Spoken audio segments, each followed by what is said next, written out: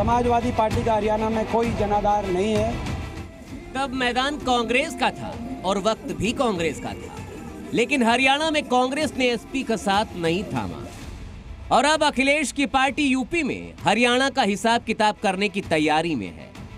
सियासी लहजे में कहें तो यूपी में बंदूक भी एसपी के पास है, गोली भी एसपी के पास है और वक्त भी अखिलेश का।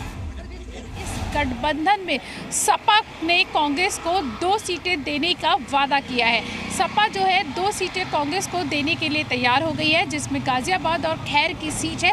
हालांकि पहले जो कांग्रेस थी वो सपा से उपचुनावों में 5 सीटों को लेकर कह रही थी, लेकिन अब जो गठबंधन है उस पर जो बातचीत है वो लगभग तय हो चुकी है और सपा ने कांग्रेस को 2 सीटों देने के लिए तैयार है। कांग्रेस को मिलने जा रही गाजियाबाद खैर वो सीटें हैं जहां एसपी के जीतने की संभावना बेहद कम है और कांग्रेस भी कई दशकों से यहां कोई कमाल नहीं कर पाई। गाजियाबाद में कांग्रेस 2002 में आखिरी बार जीती थी, वहीं एसपी की साइकिल 2004 में आखिरी बार यहां चली थी। खैर में एसपी और कांग्रेस दोनों बीते कई दशकों से गायब है। 2022 में कांग्रेस को इस सीट पर सिर्फ 1514 वोट मिले थे। हरियाणा में अखिलेश की साइकिल को सियासी सड़क न देने का खामियाजा अब कांग्रेस को यूपी में चुकाना पड़ रहा है। हालांकि कैमरे पर सुर फिलहाल सधे हुए हैं।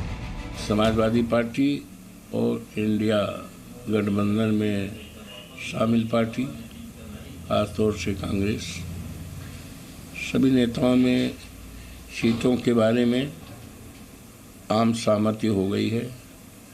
सीटों के बंटवारे में कहीं असमंजस नहीं होना चाहिए। पार्टी के स्तर पर बात चल रही होगी और पार्टी में जो लोग बात कर रहे हैं वही इस संदर्भ में अपनी प्रतिक्रिया देंगे। महज 10 दिन के भीतर ये कांग्रेस के लिए तीसरा झटका है।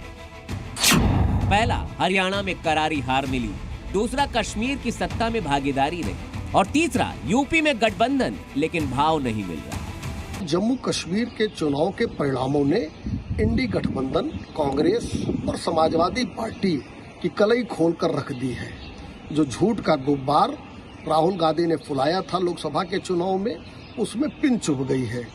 अब उत्तर प्रदेश के 9 विधानसभा के चुनाव में इंडी गठबंधन को ये समझ में नहीं आ रहा है कि कहां से कौन सा प्रत्याशी उतारे। कश्मीर के 2 लड़कों की तरह ही यूपी के 2 लड़कों का सियासी रिश्ता भी जरूरी कम, मजबूरी ज्यादा लग रहा है।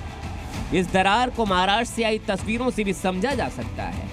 जिस महाराष्ट्र में इंडिया ब्लॉक की 3 बड़ी पार्टियां मौजूद हैं, वहां अखिलेश अपनी सियासी साइकिल दौड़ाते नजर आ रहे हैं। अखिलेश यादव आज महाराष्ट्र के मालेगांव और धुले में रैलियां कर रहे हैं। ये रैली ऐसे वक्त में हो रही है जब एसपी को एमवीए सीट शेयरिंग में कोई भाव नहीं दे रहा है। सर, मैं 12 सीटें मांग रहा हूँ, 12 सीटें मांग रहा हूँ और वो सीटें मांग रहा हूँ जहाँ पर मुझे वही सीटें चाहिए जहाँ पर मेरे जो पार्टियां महाविकास अघाड़ी में है, जिनका सीटिंग नहीं है, कई बार से सीटिंग नहीं है, वही सीटें मांग रहा हूँ।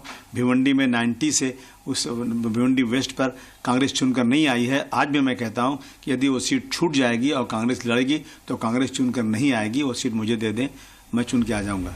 अखिलेश की नाराजगी का नुकसान कांग्रेस मध्य प्रदेश और हरियाणा में उठा चुकी है। तो सवाल है कि महाराष्ट्र में कांग्रेस वही गलती दोहराने जा रही है, क्योंकि जिन सीटों पर एसपी ने दावा किया है वो मुस्लिम बहुल क्षेत्र है और वहां 2006 के बम ब्लास्ट को कांग्रेस ने हिंदू आतंकवाद के तौर पर प्रचारित किया था। मगर आज उसी मालेगांव में अखिलेश की जनसभा है। तो क्या माना जाए, अखिलेश कांग्रेस के बड़े वोट बैंक में सेंधमारी करने वाले?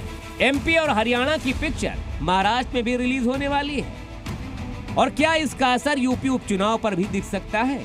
प्रीति श्रीवास्तव के साथ विशाल रघुवंशी, जी मीडिया, लखनऊ। जी न्यूज़।